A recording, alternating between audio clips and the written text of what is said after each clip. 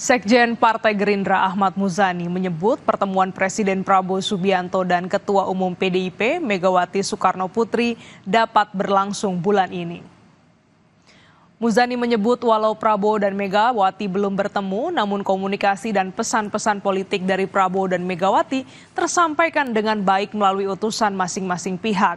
Gerindra juga menilai walau posisi PDI Perjuangan tidak masuk dalam koalisi pemerintah, namun PDIP mendukung kebijakan Prabowo.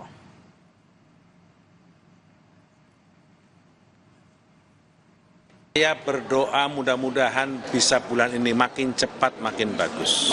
Apa sih Pak? Atau sejak awal adalah hubungan pribadi yang panjang, hubungan pribadi yang baik. Jauh sebelum Pak Prabowo jadi presiden, keduanya memiliki hubungan pribadi yang baik, baik Pak Prabowo ataupun Ibu Mega. Karena itu ketika Pak Prabowo terpilih menjadi presiden, itu hubungannya juga tetap terjalin.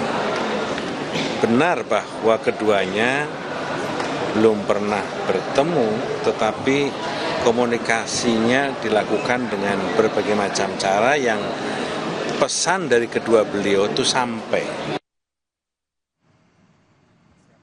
Soal komunikasi yang berjalan baik antara Prabowo dan Mega juga dibenarkan oleh juru bicara PDIP Guntur Romli. Guntur juga bilang Ketua Umum PDIP Megawati kerap mengutus sejumlah kadernya seperti Ahmad Basarah hingga Pramono Anung untuk menyampaikan pesan darinya kepada Presiden Prabowo Subianto.